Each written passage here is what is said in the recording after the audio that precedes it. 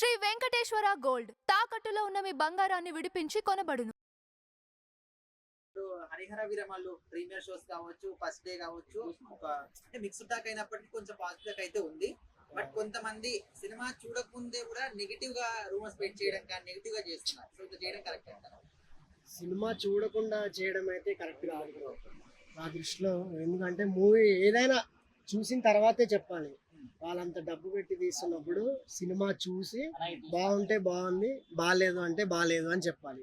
చూడకుండా రివ్యూ ఇవ్వడం కరెక్ట్ కాదు. ఎందుకంటే సినిమా ఫీల్డ్ వాళ్ళు ఎంతో మంది బతుకుతూ ఉంటారు వాటి మీద ఒక ఆధారపడి. సినిమా తీయాలంటే అది ప్రొడ్యూసర్ కావచ్చు, డైరెక్టర్ కావచ్చు, యాక్టర్స్ కావచ్చు, 24 క్రాఫ్ట్స్ మెంబర్స్ అందరూ కూడా సంవత్సరం 2 సంవత్సరాలు కష్టపడతారు. అవును, సో ఇంత కష్టాన్ని ఒక 1 మినిట్ లో ఇట్లా అంటే చూడకుండా చెప్పడం అనేది ఎంతవరకు సబబ్? అది కరెక్ట్ కాదు బ్రో. అదే చెప్తున్నాను కదా, చూడకుండా అయితే రివ్యూ ఇవ్వడం కరెక్ట్ కాదు. ఎందుకంటే ఒక ప్రొడ్యూసర్ అంటే ఆ ప్రొడ్యూసర్ వెనకాల ఎంతో మంది కష్టపడి ఉంటారు.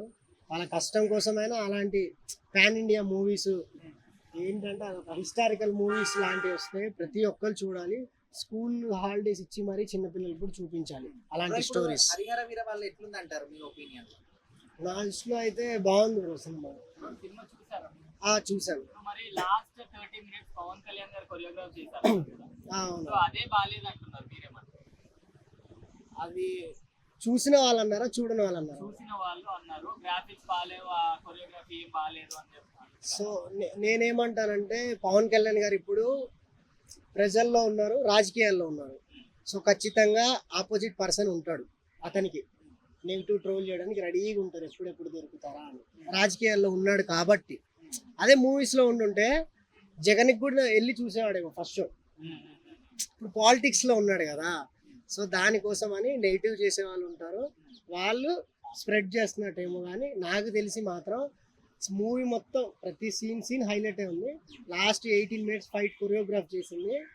అదొక్కటే సినిమాని చాలా హైప్లోకి తీసుకెళ్ళింది. ఒక 50 కోట్లు తీసుకొచ్చే ఫైట్ అది.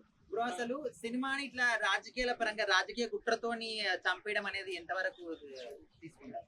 ఆ సినిమాలా చూడాలి బ్రో. రాజకీయాలు వేరు, సినిమా వేరు కదా. చాలా క్లియర్గా పవన్ కళ్యాణ్ కూడా అన్నారు, నేను రాజకీయాల్లో ఉంటే రాజకీయాలు, మూవీస్లో ఉంటే మూవీస్. సో సినిమాని రాజకీయాల్ని ఒకరి దగ్గరగా పెట్టి చూడకూడదు. సినిమాని సినిమా పరంగా చూడండి. నచ్చితే నచ్చిందని చెప్పండి, నచ్చకపోతే నచ్చలేదని చెప్పండి, అంతే.